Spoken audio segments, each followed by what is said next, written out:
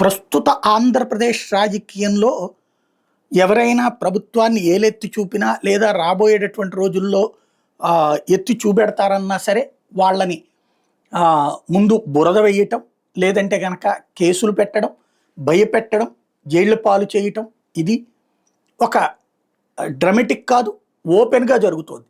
వాడిని ఎందుకు అరెస్ట్ చేయవు, వీడిని ఎందుకు అరెస్ట్ చేయవని చెప్పి సోషల్ మీడియా సాక్షిగా పాయింట్లు రైట్ చేయటం, దానికి అనుగుణంగా ఇక్కడ చేసుకుంటూ రావడం జరుగుతుంది.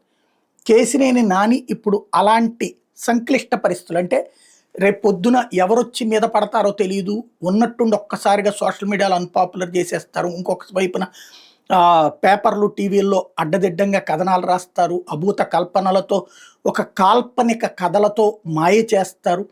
రాష్ట్ర ప్రజలను అలా మాయ చేయటం చాలా సులభం అన్నటువంటిది గ్రహింపుకి ఉపయోగపడ్డటువంటిది గత కొన్ని సంవత్సరాలుగా కనబడుతున్నటువంటిది. ఇప్పుడు అలాంటి దాంట్లో ఉన్నప్పుడు కూడా నాని తెగించి కేసినేని చిన్ని మీదన ఈ వ్యాఖ్యలు, లేదా వర్షా అలియాస్ అర్సా కంపెనీ మీదన ఈ తరహా స్టేట్మెంట్లు అంటే ధైర్యం చేస్తున్నాడు. మరి రేపు పొద్దున తన పరిస్థితి ఏంటో చూడాలి.